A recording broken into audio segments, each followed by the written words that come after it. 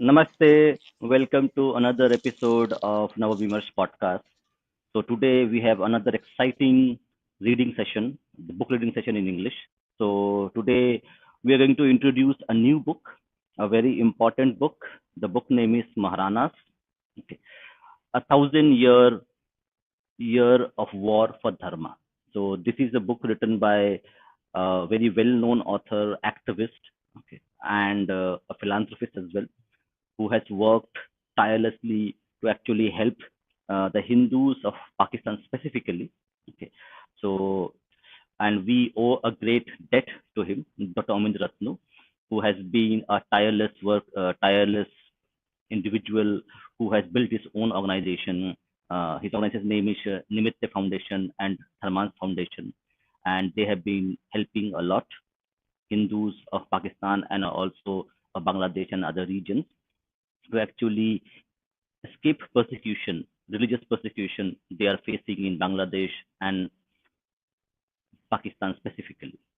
So this book, which you see in front of me, this book is available in English and also in Hindi. So today we are going to read the English version of this book, and for to do that, we have a new reader that we're going to introduce today. So, Sekhar, Namaskar, Dada. yeah, namaste. So you're going to do a debut of your reading sessions with us. So how do you feel? Hmm. It is a great honor to remember the warriors that have fought for our nation against the Yes, invaders mm, and their cruelty. yes. So let me, Admin, could you just load the page for the book where it is available in Amazon? So that we could you just share the Sure, sure, link sure. as well? Yeah. Before admin does that, let me actually show you the book. So this is actually signed copy that I have got. Okay. So this book is available in Amazon, and also it is available on the website of the author itself. So we're going to show both of them, and I'm just going to read uh, the one portion of the book, which is the title.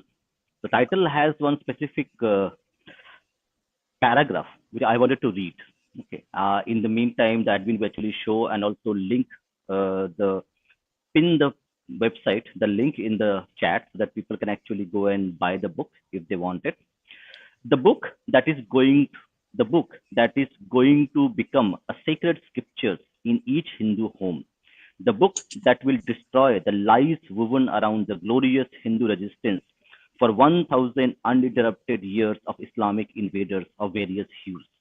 The book that will reveal the truth of the greatest dynasty, not just the greatest Hindu dynasty, not just the greatest dynasty of Bharat, but the greatest dynasty in the world, the Sisodiyas of Mewad, the the avatars who fought invaders non-stop for 1,000 years, who endured all hardship, who refused to surrender even when their kingdom was encircled by enemies on all sides, who lived like nomads but refused to give up. The dynasty became because of which the Kesaria still flies on the sacred land of Bharat. The book questions the whitewash of deeds and lives of the great Maharanas, especially the greatest of them, Maharana Pratap Singh, written by a passionate practicing surgeon who brings the same incisiveness, exactness, and accuracy to the study of the history of this great dynasty as his profession. The book that will arouse arose in you the sleeping Kshatriya and will remain will remind you the honor and the pride do not define the man, they are the man. So this is from the jacket which is there. So I thought this is very interesting and very inspiring. So I'll now give the floor to Shekhar. Shekhar will go ahead and read the English version of the book. So as you can see on the screen, That book is available on Amazon, and you all can buy it. And also the book is also available in the maharanas.com page of the author himself. So both of them are available, so you can get them. I think if you go to the Nandi, can you go to the primary page of Maharanas? I think there you will get the signed copy. Oh, I think they have their own website. Yeah, yes. Maharanas dot they have. Okay. Yeah.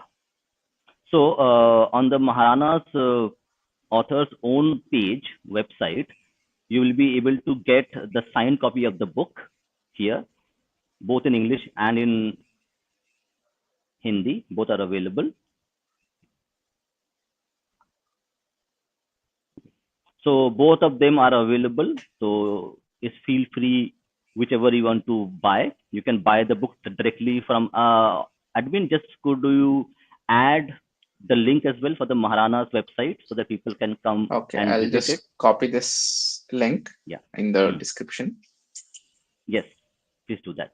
So you can also get the signed copy. So these are all both are signed copies of the book. This is the Hindi version. There is also a signed copy that I ordered from the site itself. So it is there. So both of them are available. Feel free to read, because as I read the preface, okay, this is going to become or should become the Bible of on every Hindu home, because the Rajputs have waged a battle for 1,000 years of uninterrupted battle, and we all as Bharatiyas should read the book and make it part of our lives to actually inspire and reignite the Kshatriya spirit that we all should have. So with this, I'll hand over the platform to Shekhar. Shekhar will go ahead, share your screen, and you can start reading the book.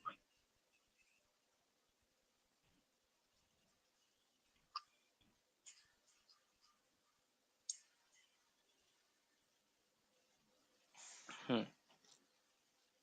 Did I make the screen? I'll zoom it to 250%. Yes. So, so I think this is the Mewad insignia. Hmm. जो ये पढ़ सकते हो This the आप? हाँ What's in the जो रोहन क्या है?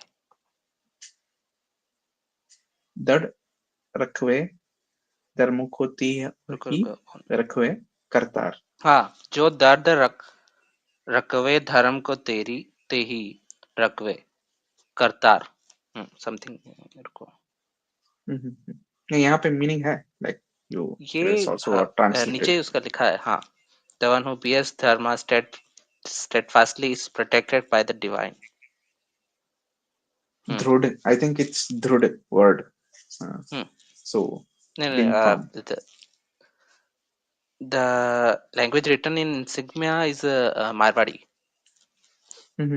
Druda is also there in multiple languages from Sanskrit, I guess. Okay, sure. Let's start. The preface. The east bowed low before the blast. In patience deep disdain, she let the legions thunder past and plunged in thought again. Matthew Arnold, a British poet, wrote these lines about the Hindus of Bharat. This is the crux of core narrative embedded in the consciousness of this besieged nation for the past 300 years. This is specially ingrained in our academic and literary discourse during the past 7 decades of unopposed leftist Islamic onslaught on our history. The crux being that Hindus are a meek race, indulging only in commercial or spiritual pursuits, and are no match for muscular Islamic invaders who has been ravaging the subcontinent unceasingly. Then, a couple of years ago, while meandering on Twitter, I chanced upon a tweet by Sanjay Dikshit, formerly bureaucrat, author, and thinker, mentioning the Battle of Diwar, where the Maharana Pratap Singh of Mewad conclusively defeated Akbar's army in September 1583. Initially, out of my intellectual arrogance and sloth, I brushed it aside as an exaggerated fantasy of right wing Hindus. to idolize Pratap. I then contacted my friend uh, Shatranjay Singh of Devgarh, who introduced me to a very pious soul, Sri Narayan Upadhyay of Devgarh. Narayan Saab took me to Diwar and areas around it to point out the physical evidence of battle that took place in Diwar on Vijayadashmi day of 1583.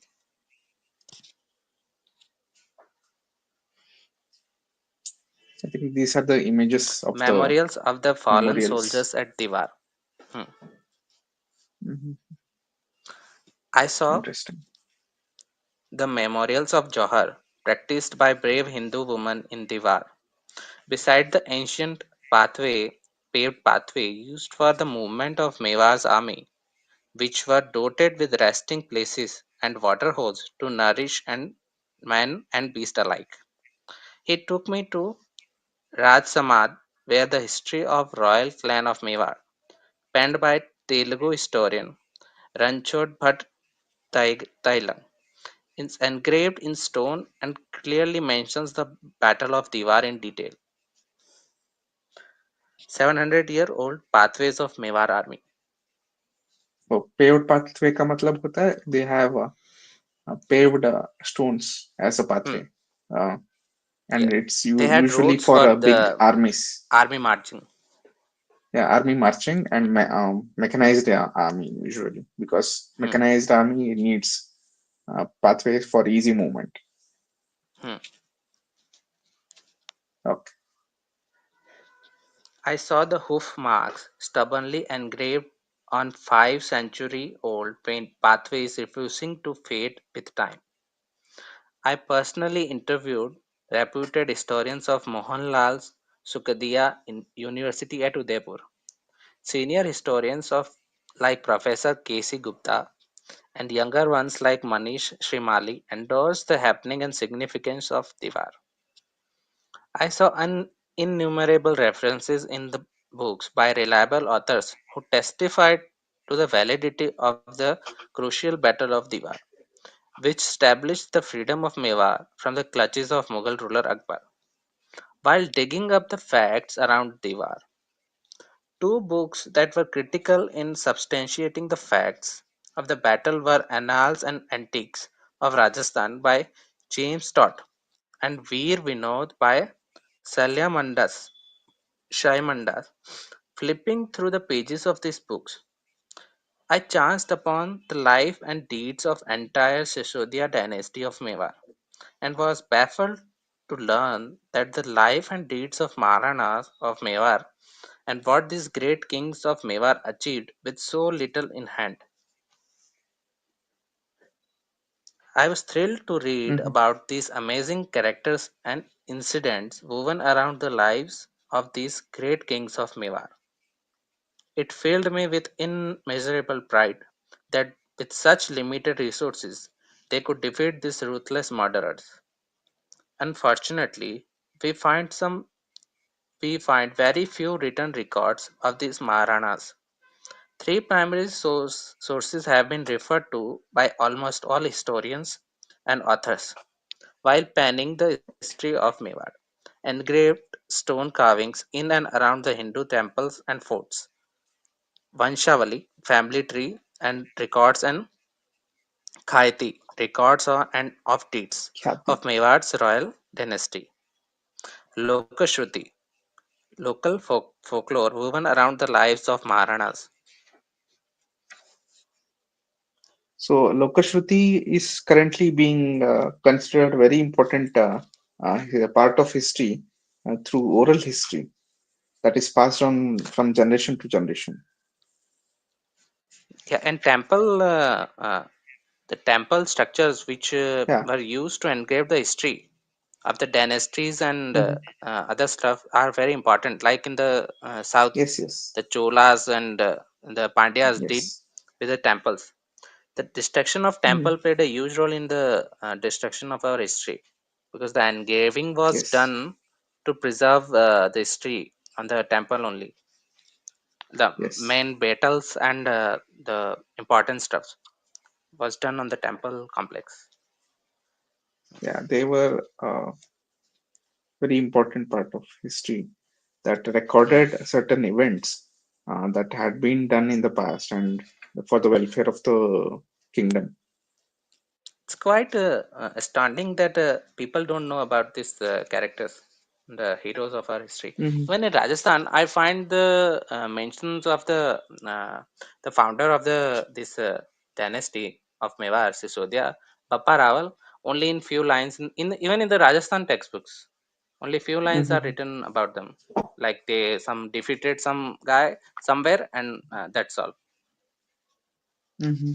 Other So there is than no Maharana Pratap, I proper don't see very. historic history for the kids of Rajasthan to know about their ancestors. They do know generally, but it's like the case Just with the the Shivaji names. Maharaj. The just Yeah, the I think the names and somewhat some lines about them. folklores are more stronger than what is written in the books. Hmm. Hmm. That they are. Hmm. So The let's next take some page. comments meanwhile. Hmm. Okay,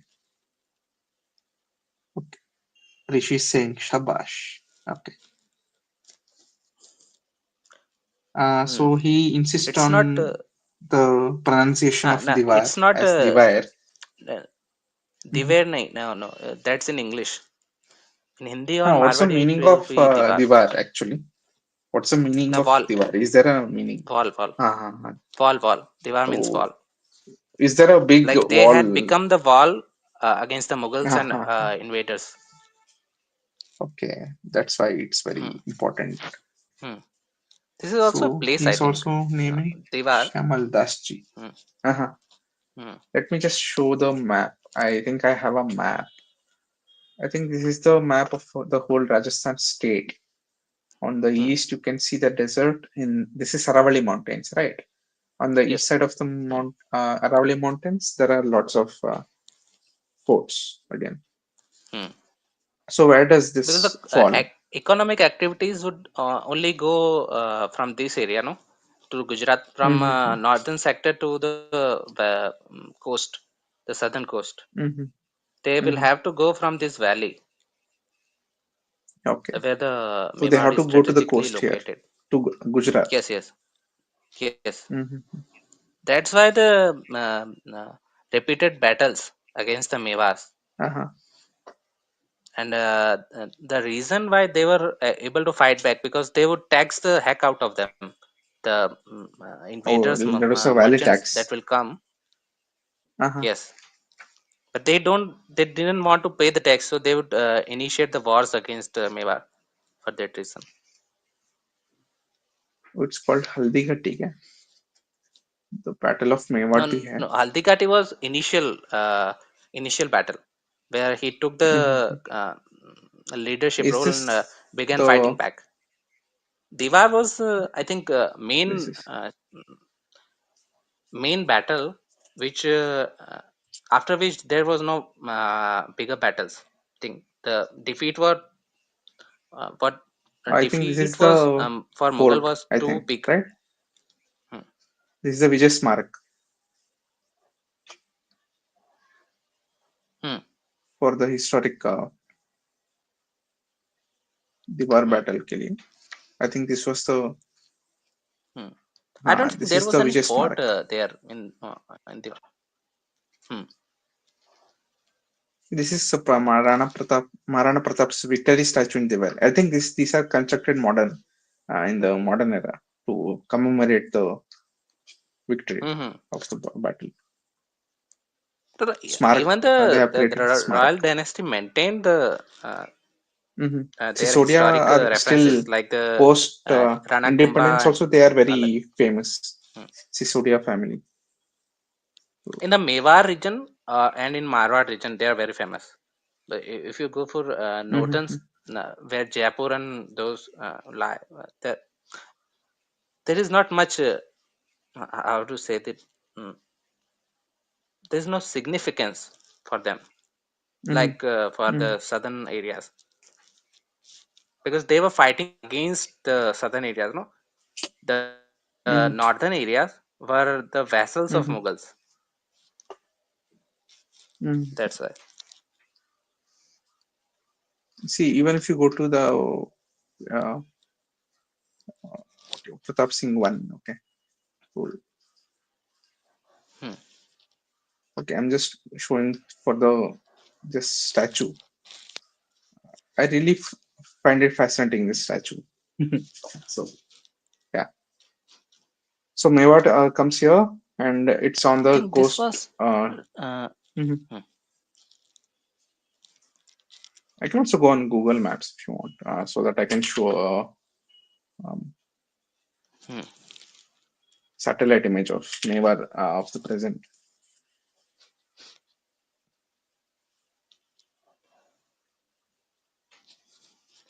It has kept its borders relatively complete If I or turn on intact, the I would terrain, say. yeah, this is the Aravali Hills, right? Hmm. Hmm. I don't think it's accurate. The shortest route Yeah. to from Delhi to the Gulf of Khambat, where Ahmedabad or Hmm. the district is, you have to go Hmm. from the Mewat area So of this is Rajasthan. Dive on the eastern part of Hmm. Aravali Hills. Hmm. This is the Diver. Where which river Hmm. is this? No, it's not a river. It's a highway. Okay. Don't know. So this is the Diver. Hmm. Okay. Hmm. Right. Yeah. So I'm trying to find a three-dimensional image if they have. Okay. Hmm. Photos. This 18 logo. Okay. I don't think there are many images, but yeah. No problem. See, it's a very less known. It's not a Let's continue tourist reading. destination. Yeah, yeah. Hmm. Where were we? I think we were Page here. 10. Yeah, page 10. Hmm. Let's go ahead. During the thousand-year-old struggle of Mewar against the Islam, the barbarism of Islamic invaders put the custodians of the history of Bharat at a disadvantage because of the desecration of Hindu temples and destruction of literature and books as a part of the campaigns and religious belief of Islamic invaders. Bakhtiyar Khilji in 13th century sacked and destroyed the University of Nalanda, a great center of learning. It is recorded that Nalanda kept burning for months before all the books and manuscripts kept in the library were reduced to ashes. The number of Hindu temples destroyed by the Islamic Maduras runs into thousands. These tiny factories, twin factors, led to the loss of a sizable portion of the treasures of Hindu history and heritage in the subcontinent. The Wait a minute. excessive So, reliance. Hmm, so this Shamal Das Dandavia and this James Totka image that you had previously mentioned, right? hmm.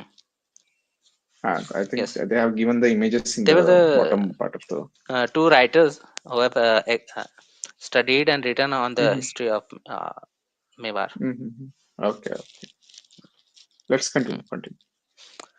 The excessive reliance of modern Indian historians on Islamic chroniclers like Farishta, Abul Fazl, Al Al-Badhuni, and Mughal emperors like Babar, Jahangir, and Aurangzeb is an unfortunate reality of pending history of the subcontinent with defeatist narratives and falsehood striking roots in the consciousness of our great civilization. This is one of the many reasons why only lies are unearthed when we try to dwell deep into the history of 10,000-year-old Hindu civilization. Yet, when I read History of Maharanas of Mewar by James Todd and Shamal Das in Veer Vinod, I was amazed to discover the truth of glorious resistance put by one single family against the Islamic invaders for an uninterrupted Hmm. 1,000 years. To the best of my knowledge, next page. Dada. Hmm. Okay, 11. To the best of my knowledge, there is no known example of such affairs sustained and victorious resistance against treacherous, violent, and merciless assaults by Islamists on another faith in entire human history. Logic and factual information made me realize the scale of lies perpetuated by the court historians of our unfortunate nation in belittling the valor of our great kings of Mewar, elog- elog- Eulogizing. eulogizing the role Eulogizing. of invaders. Yeah. After cheating their own conscience and knowledge so shamelessly, how these so called historians are able to live with themselves is a question only they can answer. But Hindu society has a right to find out the true motives of these so-called historians. Why? Why is Akbar, the murderers of 40,000 innocent Hindus of Chittor in a single day, called Akbar the Great? Why are Mughals murderers depicted as the benefactors of our great lands and people? Why are murderous assaults on Hindu ethos given the appearance of some routine rivalry between two kings? Why was the civilizational battle against between Hinduism and Islam camouflaged under the cloak of imperialism and power struggle between kings? During a thousand years of assaults, all that these Islamic invaders could build in Bharat were three buildings: the Red Fort, the Taj Mahal, and Qutub Minar. These two are contested. Don't the thousands of forts, sculptures, cave paintings, palaces, paintings, etc., that survived despite their plunder count for anything in the eyes and intellect of our so called historians? The vast treachery committed by these so called historians of this nation was to completely erase the names of valiant Maharanas of Mewar, whose deeds were nothing short of a revolution at the time. Bappa Rawal, the founder of the Mewar dynasty and the mighty king of Mewar, who is recorded to have Mhm. defeated the first Arab Islamic invaders of Bharat, have been completely erased from our history books, while plunderers and murderers have been eulogized as a Delhi Sultanate, which Eulogize. itself is a pony construct by leftists and Islamic academics. The Hindu kingdoms of Maharana, Sangha, Kumbha, and Hamir Singh of Mewar were several times the size of the so called Delhi Sultanate. They find no mention in our curriculum, while raiders of various clans like Tughlaqs, Khiljis, and Lodhis, ruling a few hundred square kilometers around Delhi, are depicted as mighty sultans. Beside propagating the myth of Delhi Sultanate, another lie that was busted during my reading of Mewar's history is the utter falsehood of 1,000 years of Hindu slavery. When all the Mewar was not when all of Mewar was not defeated even for a single day by Islamic invaders, why refer to Hindus as slaves? Why only Mewar? Mhm. The Shah, So this Shahiya brings up a dynasty very of Punjab. important. Hmm, This book brings hmm. up very important point as to our erstwhile historians are very in a way very navel gazing and very Delhi They're centric in ideological their history. motivated. They are Mhm. ideological motivated and Delhi centric both. Very, very. But they're also like Actually, only the like whatever whole happens southern around coastline was India doesn't matter. neglected. Only what happens around Hmm. whatever happens in Delhi is very important. Yeah, That's the whole point of the Indian history that we used to read in our school times. Like whatever used to happen in Delhi, there used to be a sudden update. before the invaders came, Delhi was nothing. It was like some Also, backward fort which was built for uh, some protection for yeah, uh, yeah. some villages or something like that. It Mhm, held no importance in the grand scheme of things in the subcontinent. But they make it mhm. seem like everything happened uh, when the Delhi was Right. constructed by some invaders or taken by some Mhm. invaders. Like we have lost the capital of the subcontinent. something like that. Mm-hmm.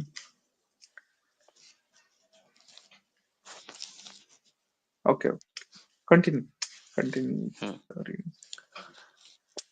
The Sharia dynasty of Punjab fought Mahmud of Ghazni and such Islamic murder, murderers from 10th century, 10 to 12th century.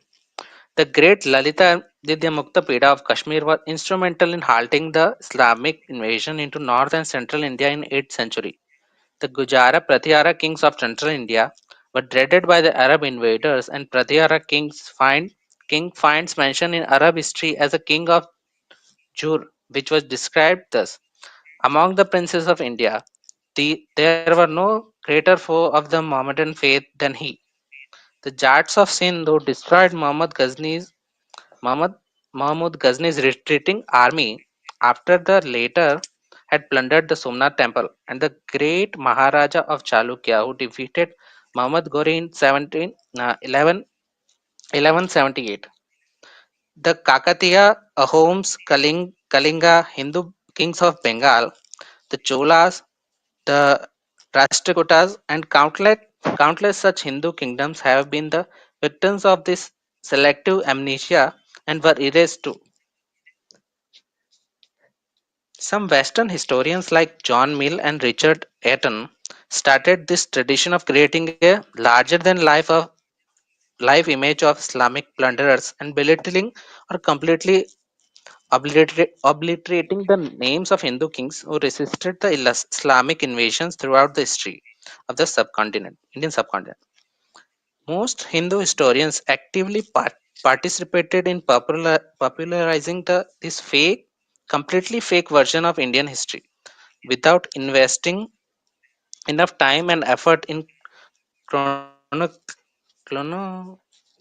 chronicling the Chronicling. correct history of the Chronicling. Hindu-Muslim conflict in the hmm, subcontinent, possibly out of design or by fault.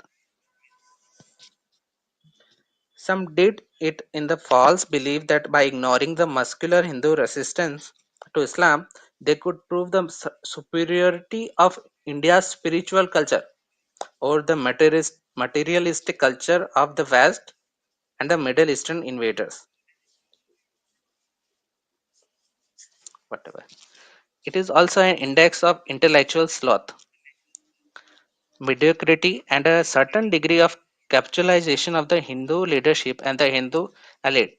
That these lies went on unopposed in the textbooks and the civic life of this nation. The Christian missionaries gladly joined in this effort to reap the benefit with their obsession of proselytizing gullible and desecrated Hindus. The transfer of power on the 15th of August 1947 from fair-skinned Gora Sahib to the indigenous dark-skinned brown Sahibs of the Congress, leftist, Islamist and Marxist, the brown Sahibs masquerading as historians and academics completely completed the job of British historians and missionaries. Even the British did not do this much Yeah, they did. uh, They wrote a lot of this kind of history, ridiculous historic. history writing. Even the British did not did They. at that time. So if you Hmm. see the historians who wrote about Hindu sociology and all, they were German scholars. They were hired by uh, British government to Even they did not create. have any interest in writing the history per se. They were just uh, No. They writing on the wrote a lot conclusions about they have Hindu already history, drawn from and their they wrote a Bible. lot about how Hindus needed saving because they were such a Yeah, pagan yeah. and backward Uh, society, and they need to be hmm. converted to become civilized. That's the whole narrative They of have to be them. converted to be saved. Yeah. That too. Hmm. So that is the whole point of the word proletization the author has used. Hmm. That's the Hmm. meaning of that word, proletization. Yeah. Go ahead. Hmm. Missionaries. Marxists and mullahs find the defeatist version of Hindu history very convenient for the advancements of their expansionist Expansionist. agenda. Hmm. Later, the Expansionist media and agenda is very common hmm, between all these missionaries, Marxists, and mullahs in these groups. they The just focus on the expansionist numbers, no? agenda is very common. Like They everyone just is want to trying increase to their numbers. win India for Hmm, themselves. hmm, So there are missions hmm. which clearly says to win India for Christ. And Marxist, so Even now, and mullahs are there's also, some mission huh, going on, no? yeah, there is What a was it? present mission going on, and you can find their website online if you just Hmm. search them. And then you know about Gazwain. So if you, The what is Ghazwa common Hind is in between these a groups? hmm, If what is Ghazwa Hind very is a common in these uh, groups are very expansionist agenda with the most vile methods that are used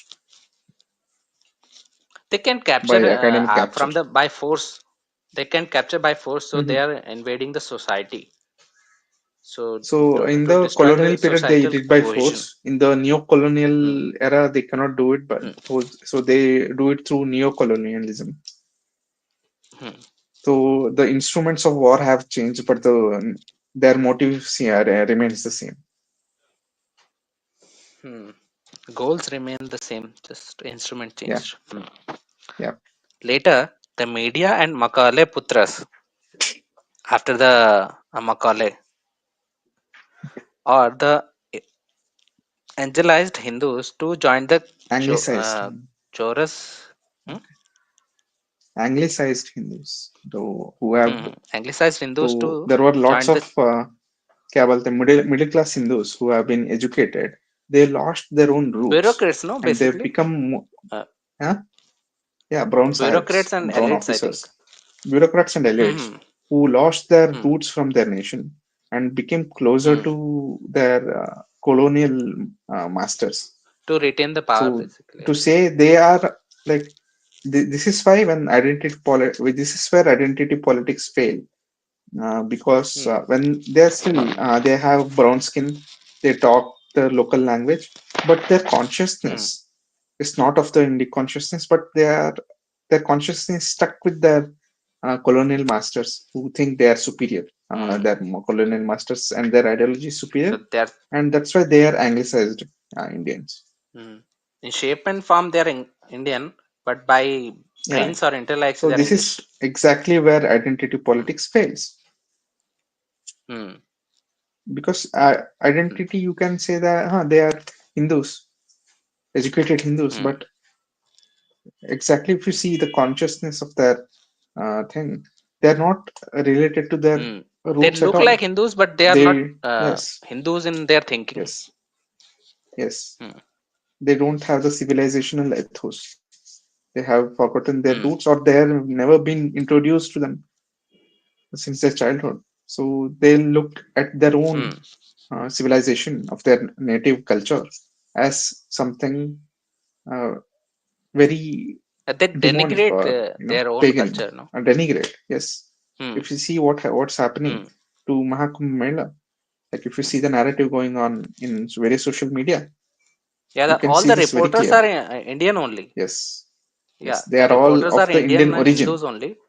They are Hmm. of the Indian origin, Yeah. but they are citizens of Hmm. different countries and they have lost the Hmm. civilizational ethos and they don't even understand what's going Hmm. on. They just say people are bathing in the river. Okay, if that's yeah, okay. It's like we go and in the Baptist ceremony in the church, and we Mhm. we see them dipping the child in the water, and we are like we would be Yeah, yeah, horrified what they are doing. It's like they are yeah, trying to murder the child. yeah, We don't yeah. know the Like context it of the depends on the situation. context. It's like If you don't know the context, you will not understand hmm, what's going on in a they ceremony, don't even want to right? understand the context. They They don't don't want to even they understand the context. understand. They Hmm, don't want to depict it as such. It's the largest human hmm, congregation on earth. I think it will be a new record also hmm, this time. Yeah. So let's go hmm. ahead with the That hmm. mystery. Try to overwhelm the academic milieu of this nation. The mystery is that the leftist jihadi combined did this in clear worldview and weren't even questioned. After World War II, the German establishment was divided into two hostile camps. One wanted to negate the Holocaust, the Don't use the other word. wanted the future. Hmm? Don't use the word of cost or all. The other wa- huh, the other wanted the future generations to know the truth. The latter stated that the purpose of history is to let the future generation know the mistakes of their ancestors, so that a repetition would not occur. Fortunately, this camp prevailed. Diametrically opposite to this approach was adopted by the Indian state. It persistently negated the worst kind of atrocities that were perpetrated by the Islamic kings on our ancestors. To understand the extent of this state sponsored negativism, one example would Negationism. suffice. तो negationism ये Hmm. होता है, In so you 19 don't acknowledge that something was there.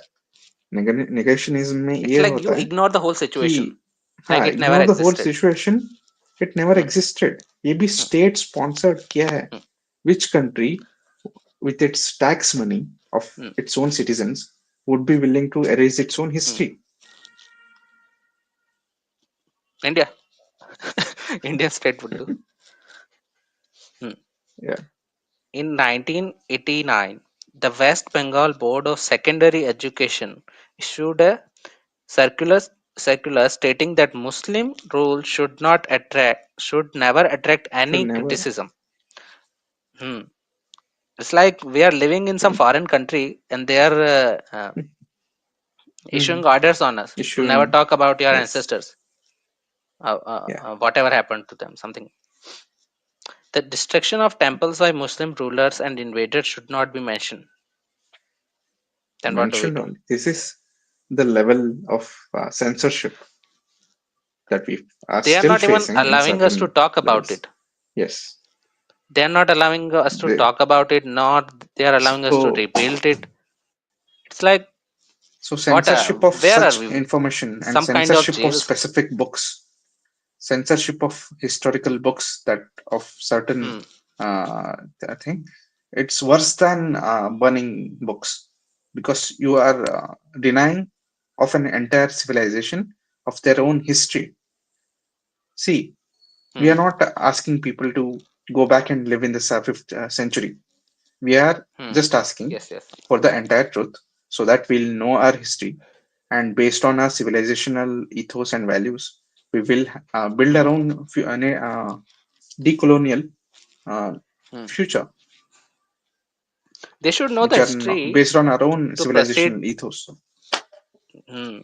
They will have to understand the history to move forward. Yes, No, very important. if we don't move, So, if we don't know our history, we would not be able to move forward.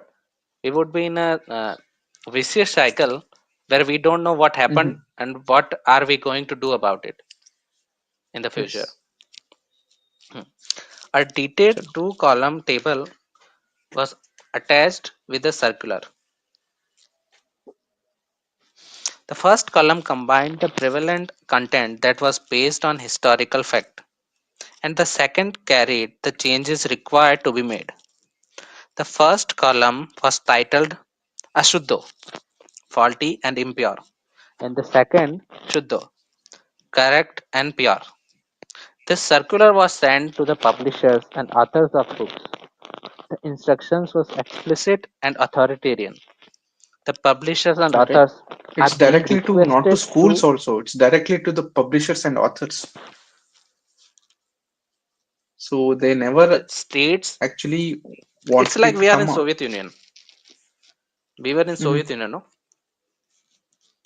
The We state will were do under everything for influence you. of, yeah. Hmm. No, yeah, Ha I ha don't ha. think we I were see. in influence. We were colony of Soviet Union at that point. Mhm. This was The before Soviet publishers and fell, right? mhm, In 1989, mhm. right? The era. Okay, 1989. Yeah, So that's why the 1991 it fell. economic Okay, reforms okay. happen, no? Makes sense. Hmm. Yeah, yeah.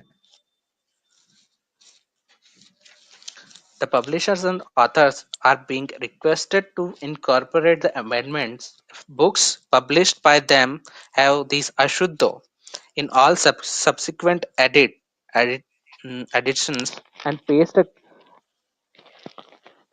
corri- Corrigendum corrigendum in books. corrigendum in books which have already been published. A copy of the book which corrigendum should be deposited with the syllabus office. It's like they're monitoring Okay, the so society. the books are already printed. It's not even before the Yeah. publication of the book. It's after the publication of the book. You take a piece of Hmm. misinformation and you paste it on the information that is already there in the book. If anyone They're dares to do live. this, Yeah, they're if deleting anyone the dares to history. do this in today's era, Hmm. they would be completely labeled as autocratic, authoritarian, and Hmm. whatever. You know? No, you can do this in Hindu history, but if you do this in Muslim Mhm, histories, like with the case of Aurangzeb, or you depict them as mhm. monsters that they were, you would be like you are erasing the Muslim history now. You're changing the history. Yes. It's like what the hell is going on here? Shall For the let's sake go of ahead with the. brevity, Mhm, we are just quoting one example. mhm. On page 89, Ashuddho, Sultan Mahmud used force for widespread murder, loot, destruction, and conversion. Shuddho, there was widespread destruction and loot by Muhammad. Correct. Destruction and loot, no murder and conversion. Hmm. There's no It's conversion like in. one fine day Muhammad comes and destroys everything and goes away. So And yeah, there's no conversion in Basing Se. the life resumes. The irony is that these facts have been taken from Muhammad Ghaznavi's memoirs. Wah. Had Indian state and her self-appointed custodians been honest like post-World War II Germans, the people responsible for these lies would have been imprisoned. And yet, truth has ways of sprouting out like a tiny saplings, striking roots even in hard rock.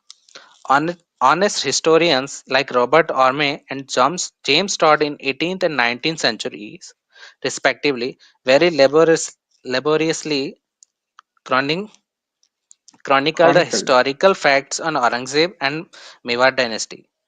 Maharana Raj Singh of Mewar appointed the Telugu historian Ranchod, Ranchod Bhatt to enact in stone edicts the historians of kings of Mewar. The history of kings of Mewar. In 19th century, Maharana Sanjan Singh of Sajjan Mewar Singh. funded the detailed Sanjan Sajan Sajjan, hai? funded Okay. the hmm, detailed research of Mewar's history by Sri Shyamad Das, and thus Veer Vinod was penned. Great historians like R.C. Majumdar, Sri Sat Jadunath Sarkar, Gauri Shankar Hirachand Oja, Rajesh Shankar Bhatt, and Dr. Ram Gopal Mishra, Dr. Sri Krishna Jugnu, etc., tried to write a neutral account of history of India, but were completely ignored by the state. And in the absence of marketing and adequate recognition of their scholarly work, were made to fade away from Hindu consciousness into oblivion. This book is This a is very limited important. attempt. If you Hmm, ever come across R.C. Majumdar's entire collection of Indian history of I think 11 or 17 volumes, it's such a big. I think it's available in on a discount online now. You can get it very easily. But imagine back then, I don't think you could get a copy of the whole collection. And how would anyone know the it would be too history of expensive, I neutral think, history? We even are not then. even asking for a biased history. We're just asking for a neutral history from a third perspective. वो भी Hmm. नहीं मिल रहा है. Like that's also not available. That's very tough for a you know. There is no neutrality in Indian state, no? I don't think there is usually no like. I think every historian is biased at some point, but what I'm saying is Mhm. there should be. equal opportunity for all the sides to present their case. That's also a thing. In the schools, That's these are true. not taught. Key, this is written by this. Whenever the government changes, suddenly the history or history books change. Hmm. So Nobody wants to change the history, no? The yeah, the academic nobody wants to class change the is history. taken over by Just leftists and accept what Marxists, has no? been done. They don't want to change Just the history. accept what has been done in the Hmm. past, and let's not associate the past with the present. No, they don't want to do that. Hmm. They want to hide the past and associate the ferocity with the modern. That's not how it works. If you want to associate the past with present, you also need to do it with Hindus. There is a reason why Indian state behaves like this, no? The state itself Hmm. has roots in British colonial government, not the Hmm. uh, Indian history per se. They Hmm. don't believe in Indian history. They believe in British colonial government and their history. That's why Hmm. the state behaves like this. The bureaucracy which was placed by the British had a purpose in mind Hmm. to Hmm. deconstruct this Indian nation or subcontinent per se. Because they have already done, think, four to five pieces of Indian subcontinent. Like one is Hmm. Pakistan, one is Bangladesh, Maldives, Sri Lanka, and other two I are mean, even because if of you the go Nehrus today and and look at what a UPSC student who's preparing Mhm. for UPSC, It is what he reads in totally history. brainwashed material there. Yes. So Any bureaucrat, the uh, context for a bureaucrat, and a bureaucrat not knowing the correct history of the region he's going to uh, actually rule, as like you can say, the district magistrate is the highest official bureaucrat in the district. If he doesn't know the exact Indian state history requires of the whole, yeah. the Indian state requires a bureaucrat to hate its country so they can rule over it. Even today, the bureaucrats Mhm. behave like they are some kind of British. Order the public around like they are not public servant. Public is their servant. It's like where are we Mhm. living in This needs to some backward change, medieval era? and this is all because of the incentive that is given with the rule, the colonial Incentives, no, Indian government administration. provide incentives for this kind of things. Yeah, that's why, like, for a 919 seats, around 2 lakh people write an exam. That's not Hmm. even, Only the let's not go there. so Let's, far as I have checked yeah. the Hmm. syllabus, I have checked the syllabus. It's pure brainwash. If it's like only Hmm. 1 to 5% can remain sane after reading the and memorizing that material. You know, Yes. most of the You'll most also look at 90 India to from that lens, 95% will be and you brainwashed. won't want Hmm. to move ahead They with. You they cannot call look anyone from anything false history. invaders lens. Yeah, Hmm. their look They is don't from want to invaders lens. even examine. They Yeah. don't want to examine the if history is right or wrong. They just memorize it and apply it. It's like Yeah. that Aryan So what invasion theory. is it is very Macaulay in a way. So yeah, The Macaulay was Machiavellian rule is the also like founder of that. the Indian bureaucracy, Mm. no? Hmm. Mhm. So he founded all the systems, bureaucratic system. If you read Let's his books on let's India, see. you will know what kind of person he was. Yes, yes. He hated India with passion, and we are Hmm. continuing his policies in education also and in bureaucracy also. It's like we are Hmm. the Indian state and Indian government is trying to destroy itself, Hmm. because if you So continue let's this go ahead with the education reading. and these policies, you will destroy the Hmm. Indian state will destroy itself. Let's go. See, This it's not book is only a the limited state. The attempt. modern Hmm. see the modern Huh. state nation state is a very Hmm. modern concept, but the whole civilization will collapse if this continues. That's not good for any country, because the most stable nation and most stable civilization at present in the whole of southern part of Asia, as they call it, in Hmm. the Indian subcontinent, Hmm. is Subcontinent, India. huh? You don't want to mess Hmm. with it. Like if you mess up with Indian civilization, the whole Middle East to the Asia, it will be very chaotic, and I don't think there are forces big enough to control it. What exactly happened was we have been reduced to nation states. No, the Yes. in a, if you look at compare if you compare Chinese and Indian civilization, Chinese have buffer state in on its Hmm. border, like Tibet, Hmm. Xinjiang, and, Mongolia, there Manchuria, because Chinese civilization is concentrated on southern or southeast or central China Eastern, only. huh? The Southern and remaining are buffer Eastern. states. Yeah. Yeah, the remaining are buffer states. In Indian case, what happened was buffer states have been gone, like the Yes. Balochistan area, the western It was Balochistan, a buffer and state. the northern Afghanistan. They were Buffer Khorasan, the states. Khorasan areas, which is known today's term. That was Even buffer state. to east, the Buffer state had Burma,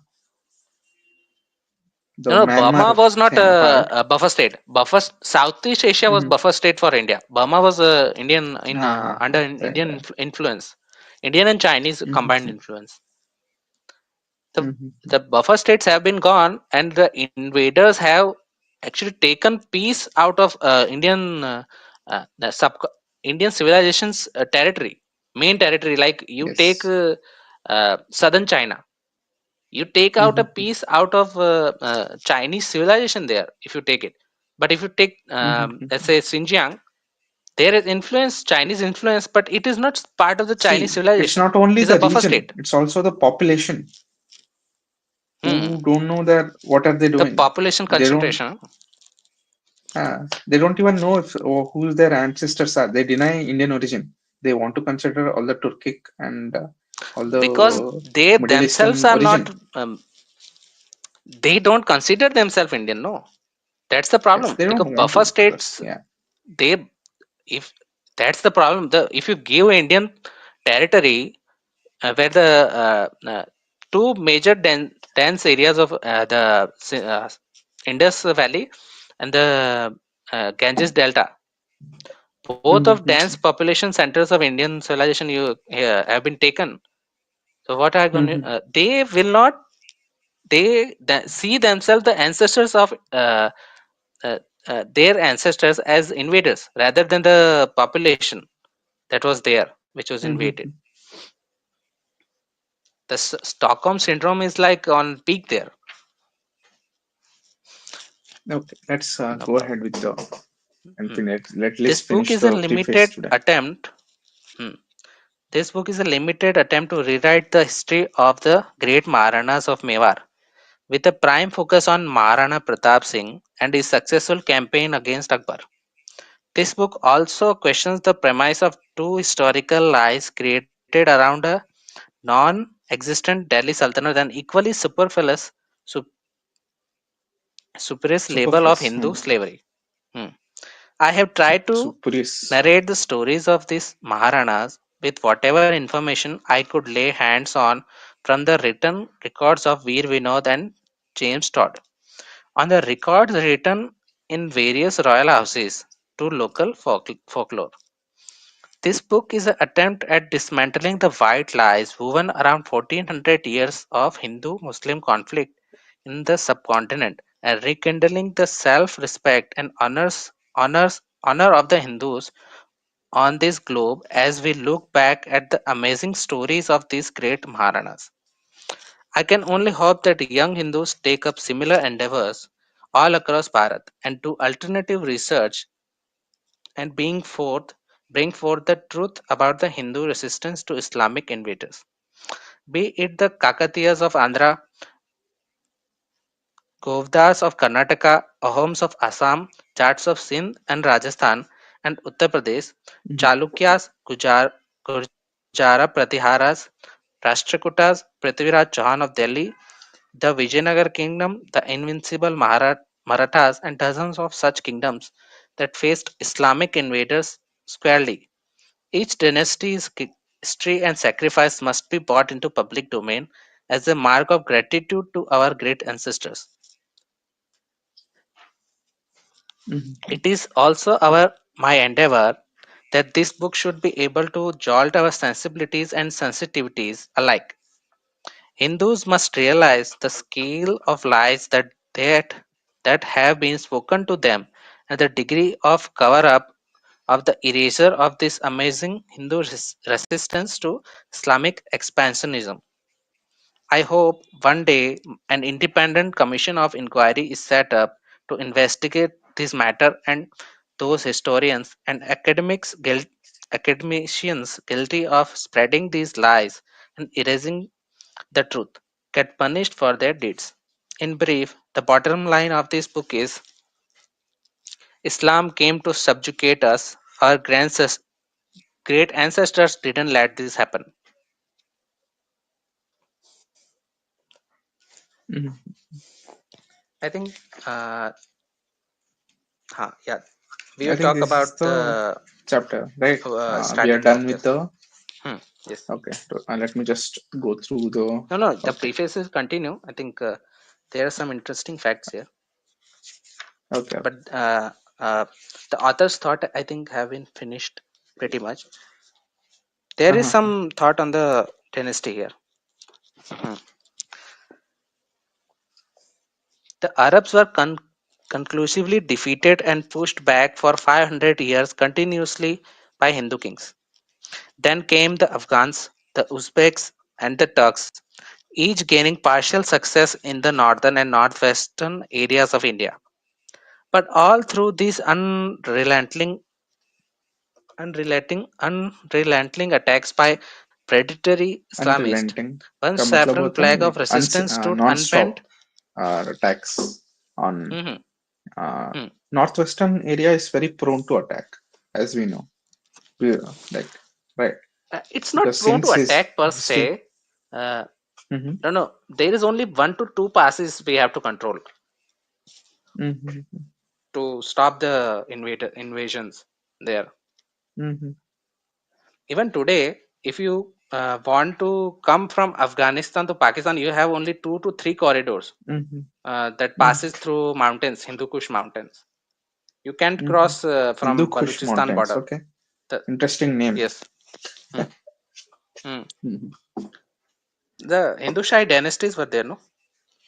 Yeah, Hmm, Hindu Shahi. hmm. They were Turks, I think. Mixture of Turks and Indian Hmm. ancestry. Okay, One saffron flag of so. resistance stood unbent and flying high, rooted in the pious land of Rajasthan for 1,000 years, striking fear in the hearts of these marauders, the Sisodiya Rajputs of Mewar.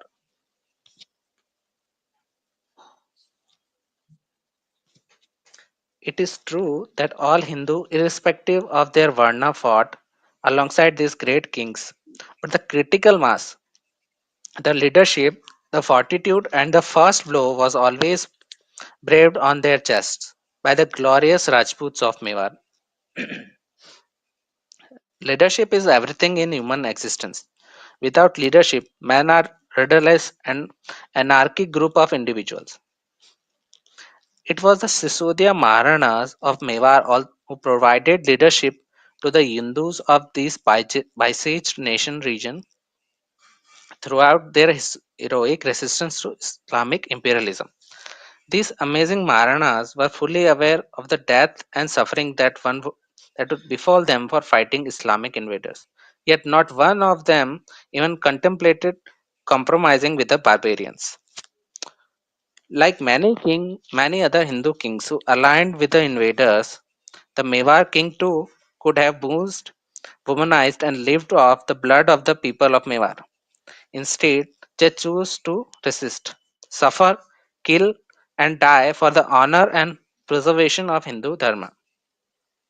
Hindus were often, Hindus were often heavily outnumbered, outmaneuvered, and ill equipped against the well-oiled, well-funded, ruthless, immoral killing machine of jihad by Islamists, who had mastered the art of purchasing the loyalties of Hindus and had no moral compulsion and pursuance of their single obsession of the total annihilation of Hindus and whatever they valued. These amazing Maharanas spent their entire lives on horsebacks on in the jungle, sleeping in beds of leaves and stone, resisting this murderous mafia. They stood for an uninterrupted thousand years against all assaults on the freedom and prosperity of Hindus. These Maharanas, page 17. I'm just Hmm, looking at, huh? Okay, okay. yeah, 17. First para. These Maharanas endured all kinds of treachery and deceit, but never allowed the Islamic invaders to pollute the soul of the lands of Bharatvarsha.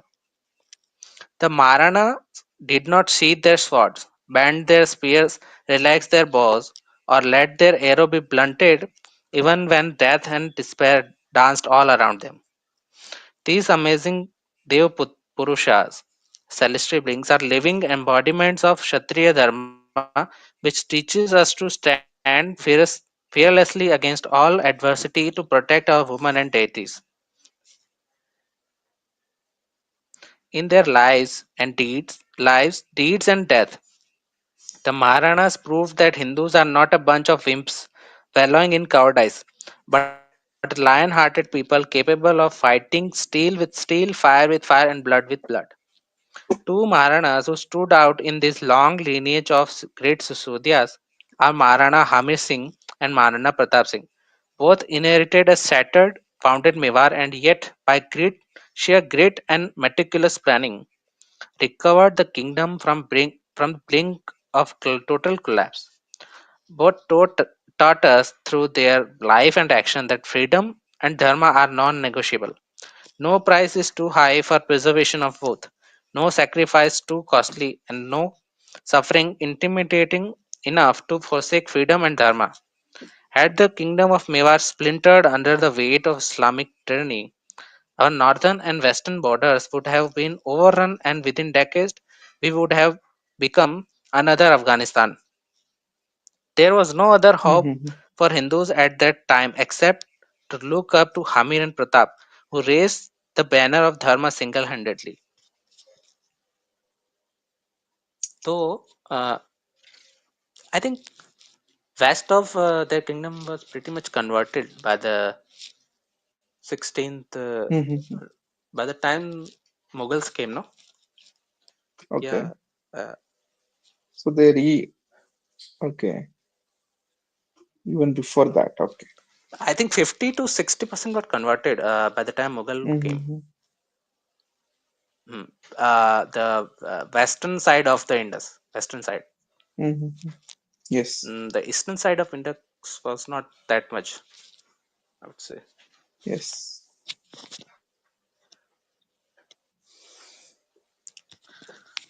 Hmm.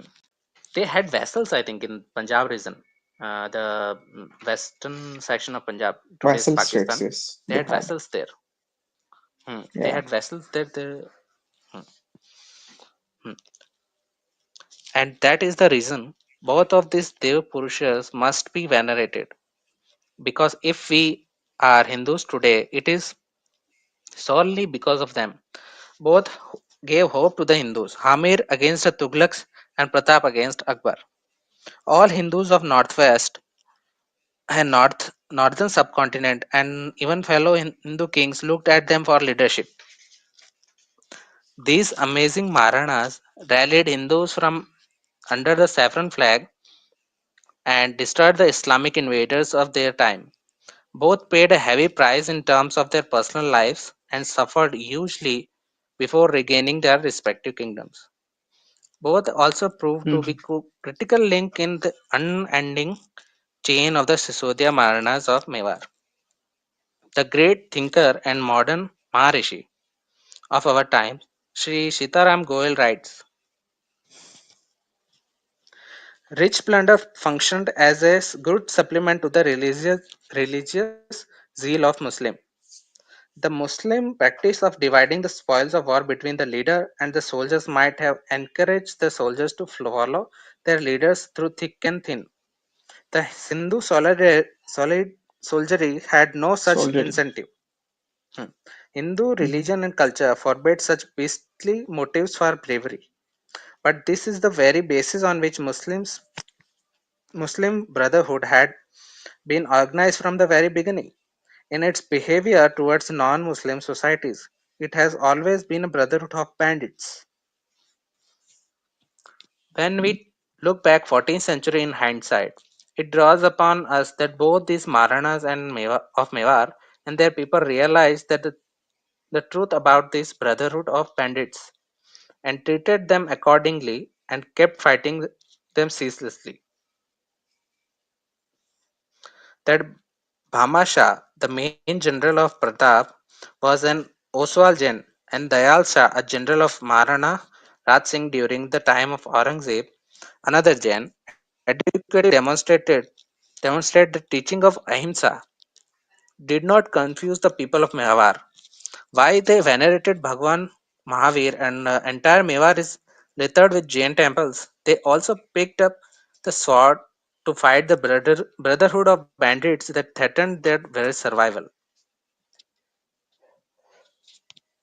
I think this is less reported in the history, Yes, yes. no, about the Jains. They don't. Uh, Mhm. Pretty much they are shown like even meeker than Very Hindus meek, in history. Like they didn't do very anything, following and they. ahimsa. Yeah, Hmm. Ahimsa is not a but they survive. Indian concept per se, The because the ahimsa Indian is, concept of yeah. ahimsa is different from the Gandhi's ahimsa. Mhm. Not in Hmm. the face of the danger, right? Like No, self-preservation no, is important. The Gandhian ahimsa, the Gandhi which the ahimsa Gandhi taught about was Western ahimsa. There was a writer there. Mhm. He followed him his thoughts on ahimsa. Mhm. Indian Mhm. ahimsa does not work like that. Mhm. Hmm. Can there be a bigger example than that by the Jains and Brahmins of Mewar who displayed that the principle of ahimsa is relative, not absolute?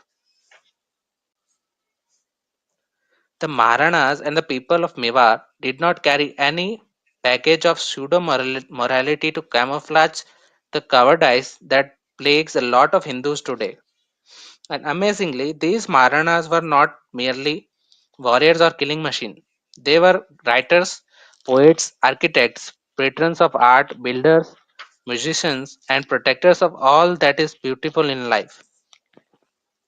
This book is very humble offering at the feet of this great Dev Purusha, who I believe had descended from the heaven to save us from a murderous assault by a evil ideology. How else could they have fought and defeated armies 3 to 4 times their size? Unfortunately, not much has changed in the past 1400 years for Hindus except the shrinking of geographical space through loss of territories in the formerly Hindu territories of Afghanistan, Pakistan, and Bangladesh. The same threat of Islamic expansionism looms large on the Hindus of today. Abide in the morphed form. Today, it comes disguised as Sufism, humanism, communism, liberalism, wokism, etc.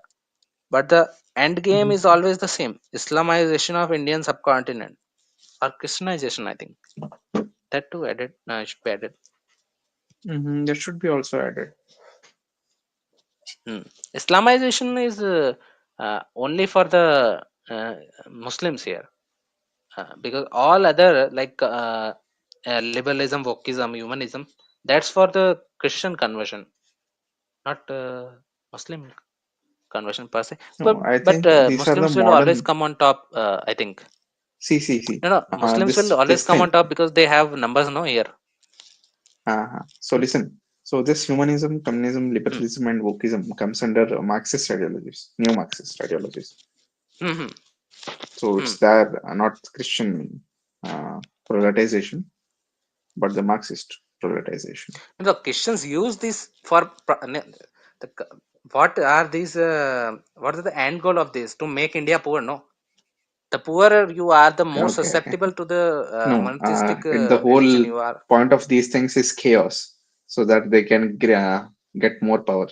So whenever there is chaos in the society, Chaos and and whenever there is chaos and instability in the society, poverty also.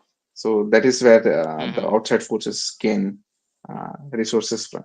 Like if you see, if there is That any too. African nation that has that suddenly found some natural resource like a diamond or petroleum, suddenly there will be instability. There will be some coup. There will be democracy, and there will be some dictator.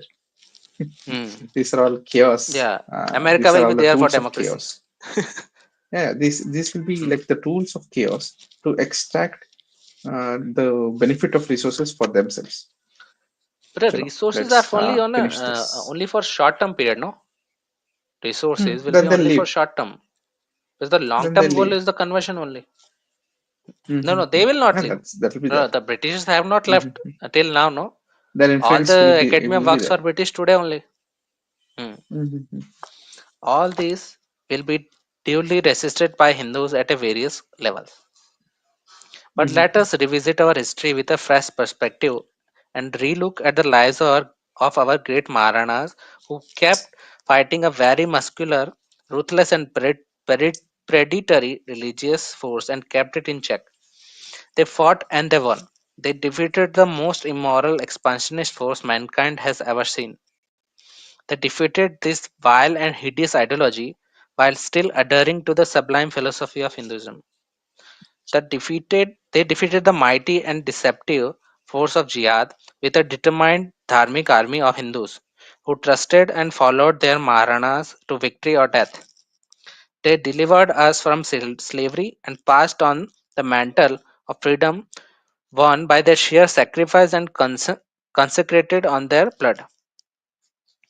It is up to us now to honor and cherish their tradition and pass on the same freedom to our children.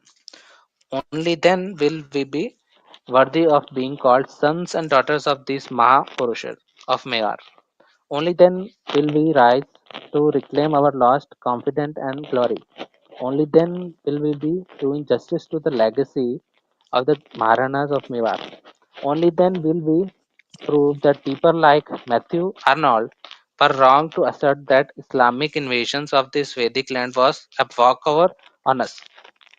Only then we will shatter the web of these lies created by Panch uh, Pancha five crooks, to confuse Hindus into inaction and submission. Only then will we establish the supremacy of Sanatana Hindus throughout. Sanatana Hindu thought that war and peace always coexist. The surest way to peace is to be ever ready to go to war. Only then will Hindu be left alone by predatory conversion mafia. Only then will the end game of Abrahamic religions to overrun Bharat be conclusively defeated. Har Har Mahadev. Mm-hmm. Har Har Mahadev. Hmm. Chalo. I think we will end the stream in few minutes. If anyone wants to Any join us, questions? we can join. I don't know. So there are some questions for the host. I don't think there are any questions. Okay. So Rishi has some comments. So he is making comments on, yeah, the false history was being taken.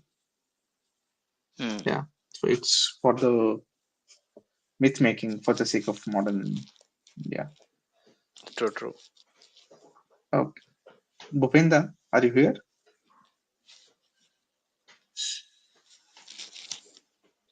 Yes, I Ah, am there. okay. Please take over. Yeah. Thank you. Yes, yes, yes. Yeah, I think it was a great session. Thank you, Shekhar, for taking out the time and joining our session and reading the first session of this book. So I think Rishi wanted to join. I think Rishi is not available right now. But anyway, it was a really good session. Yeah, Shekhar, do you have anything to say regarding I think you have read the full book, correct? I have read, yeah, pretty much. Mm-hmm. I don't think I've written. I think last chapter is not read. I have not read the last chapter. Maharana Mm-hmm. Pratap chapter, the longest one, I think. Yes. That one is So the Mana. interesting. Hmm. Mm-hmm. Mm-hmm. That one is interesting because the much of the details Mm-hmm. on this book, or the book is pretty focused on Maharana Pratap factor, because Mm-hmm. before the kings before him were pretty, how should I say, the information on them is very little, Mm-hmm. because Mm-hmm. the destruction of forts was repeated in this dynasty. So the historicity or the historic Mm-hmm. information was very less on them. But Maharana Pratap's information we have, because the Western European powers had come to India by then, and they have started Mm-hmm. recording the incidents Mm-hmm. in great detail. Got it. Got it. Yeah, I think it was a great start to this very important book, very relevant book in also today's time itself. So we will continue to read the rest of the book, okay, session by session. And I don't think we have a lot of questions here. Okay, so we have a few good comments that we had. So not a problem. I think it's a good start. I think we'll improve further and further on this. I think, yeah, thank you, Sanatan.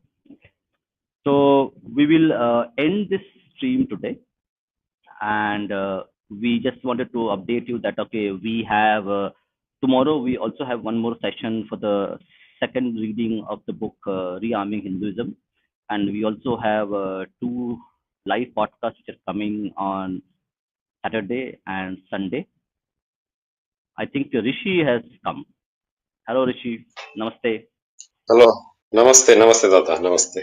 Namaste to Shekhar as well. And it was a good reading, I guess. The book reading.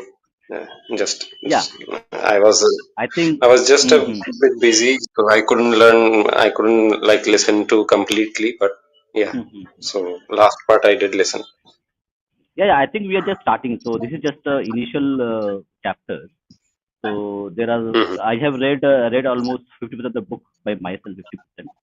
So there are a great Okay. deal of details in terms of the history of Rajputs and how they actually fought this 1,000-year-old battle. So great detail and great stories are there of valor, of Hmm. courage. So it's going to be very interesting and very intriguing reading on the history, which was lost almost. And thankfully, Dr. Omendra Ratnu has actually resurrected this lost history for us to actually read and relive them again. True, true, true, true. I mean, most of it is always lost in the so-called tales of the Delhi Sultans and their escapades and all those adventures, so-called. Those are the only things that we get to read. Other things are all just, oh yeah, that happened somewhere and all of those things are Yeah, done. yeah. Actually, during the reading session, I had one question which I want actually Shekhar and you also to actually delve on it. Your opinions. So this the invaders from the northwest, okay, the steppes of the Caucasians, okay. So like they were Mm. barbarians and us, the dharmic warriors, okay, we follow a certain principles when fighting a war. So and that is actually one of the reasons cited for the loss that we had. Okay, so how much that is actually true? Like, do we really have to obey the rules of the war when the opponent is not obeying the rules? Depends on who are you fighting. If you are Mm-hmm. fighting dharmics versus dharmics, then you will pretty much always follow the rules.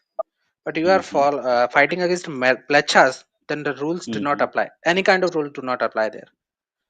Mm-hmm. But the problem was that Hindus, I think, forgot, or they did not apply this the sense that they are fighting mlechas. So the rules they were applying with dharmics, they are They were also applying with mlechas also. Like Mm-hmm. they would not attack the camps during the wars. They would not Mm-hmm. attack the camps.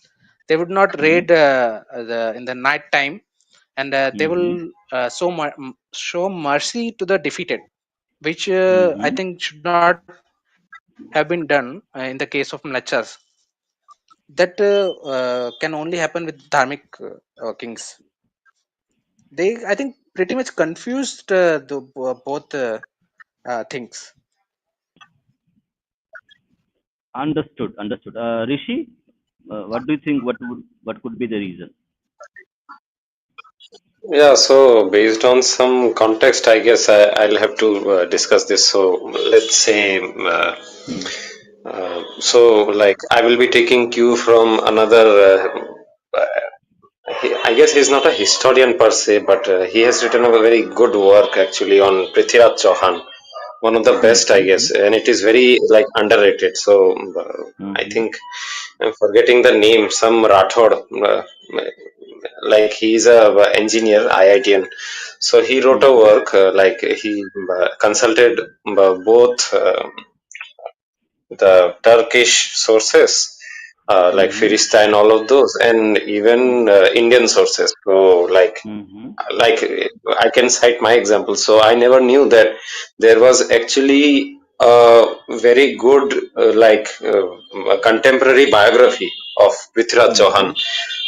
So its name is Prithviraj Vijay.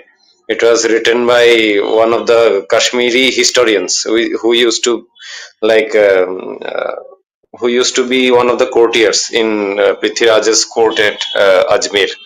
So, he narrates about Prithviraj Chauhan fighting some war, um, not against Mlechas per se, but against another Hindu king. Like he was kind of evil and uh, that sort of thing. So, Prithviraj Chauhan's brutality uh, in that episode is just mind-boggling. Like he makes garlands of he made garland of heads, and he Mm-hmm. posted that onto his own fort at Taragar Fort in present day Ajmer, which is Mm-hmm. still there. That fort, like he used to do these things, like when he got like really pissed off. So I'm wondering at such times. So Mr. Rathore explains to us that even at the Battle of Tarain, so the first Battle of Tarain where he defeated Muhammad Ghori. So Muhammad Ghori actually he cites examples and from both Hindu and Turkish sources that uh, Prithviraj chased him. He chased him till Sarhind in Punjab, present day Mm-hmm. Punjab. So, uh, but they escaped, and the first initiative which was taken by Prithviraj was to capture Sarhind fort. So he had to fight a very long war in capturing that fort, one single fort itself. So it was then decided between them that the uh, river of Ravi or Satluj will be the boundary of his and Gauri's empires. So after that, we get to see he cites the example in the second battle of Tarain. Prithviraj's army was intoxicated, which is why, and also he had a smaller army at that time. So the bigger contingent what was with his brother Hariraj Chauhan, and it was warring somewhere else. And that's the day he got defeated, and we know what happened. The rest is history. We all know that. So uh, when I see these things, so I wonder that we get to see some episodes like our kings were really very brutal when it came to do things. Like they were not very goody goody, if I could say in a funny language. So I always I I suspect that what is the reason, like why did they get defeated. So sometimes I Correct. think maybe you can correct me on this. So maybe they were having less resources, or like they were really small kings actually. They were not that very No, great, emperors with Yeah, huge number of resources to fight against those empires. the Prithviraj Chauhan did not have the very big area under his control. The only the northern Rajasthan part and Delhi part, I think, and the Ajmer part. The rest of the Rajasthan he did not have under his control. And in the UP section, there was another king with he was warring. Okay, and the southern kings also on the I think Chalukyas or which one? No, they, he was there too warring. Okay, though he was not a particular powerful king per se.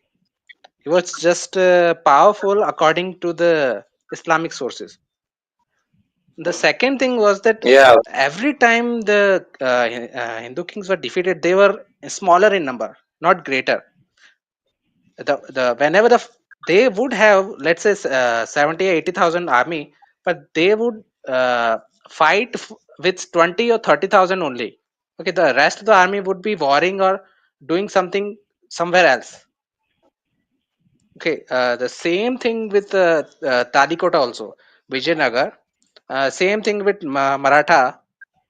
Maratha were fighting somewhere else also, and I think Mewar's case was also there. Mewar were fighting Gujarat, Malwa, and Delhi. Mewar were fighting three different sultanates, not single one. And, I think Orissa was also fighting two to three. Uh, Bengal and I think Jaunpur also. Orissa was also fighting Jaunpur. So they would not fight a single sultanate, because if they fight single one, they would always be defeated. And whenever Hindu kings are defeated, they would be smaller in number, and they would be always ganged up against. They would the Muslim sultanates would form alliance, and they would then fight against them, like the Vijayanagar empire. The five come together to fight the Vijayanagar. The single or two or three would not be able to defeat him. Got it. I think Shekhar has a lot of good knowledge on the western side of Bharat, okay, where he resides. I think in the coming sessions that we will have, Shekhar will have a lot of good inputs, local inputs that he will provide us.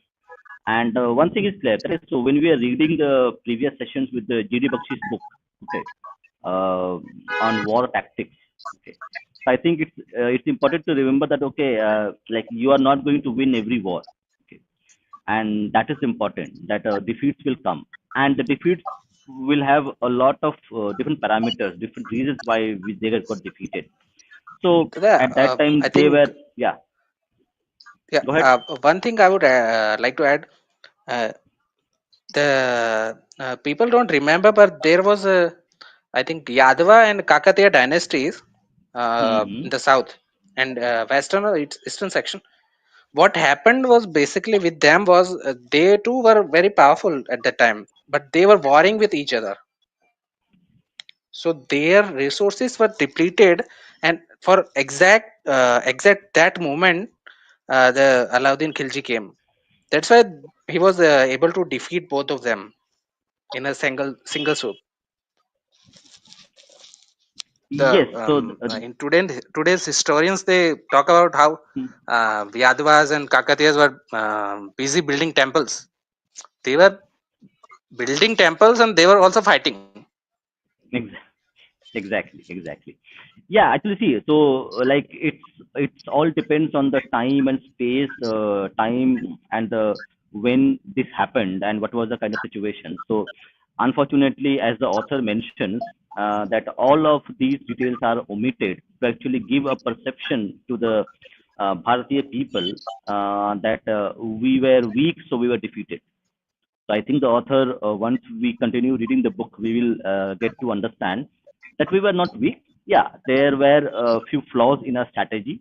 Okay, and also the time was something that okay against us, that we were small kingdoms and we could not uh, all the kingdoms, as you mentioned, Orissa, Bengal, the southern kingdoms. Okay, so they could not actually come together and identify a greater enemy than fighting for themselves. So a lot contributed to this defeat. So like a generalized statement that okay, we were weak, so we were lost, is something which needs to be debunked. And I think in the coming readings we will be able to actually understand what happened and what really happened, rather than whatever has been taught to us. Rishi, final word to you, and then we we will are close it. we are we are also not looking the situation in totality.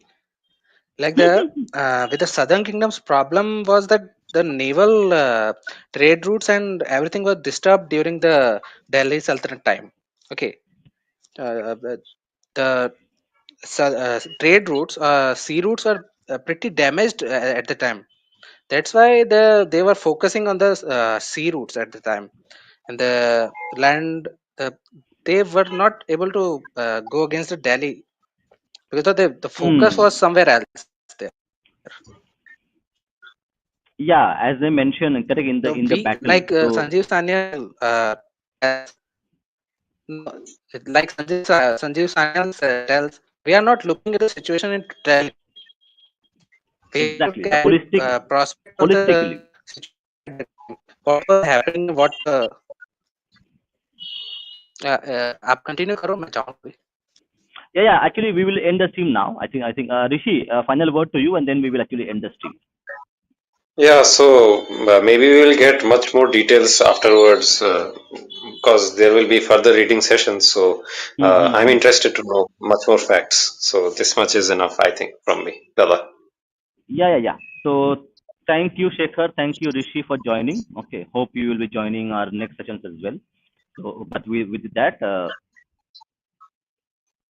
yeah. So we will end the stream. Thank you. Jai Shri Ram. Vande Mataram. Jai Shri Ram. Vande Mataram.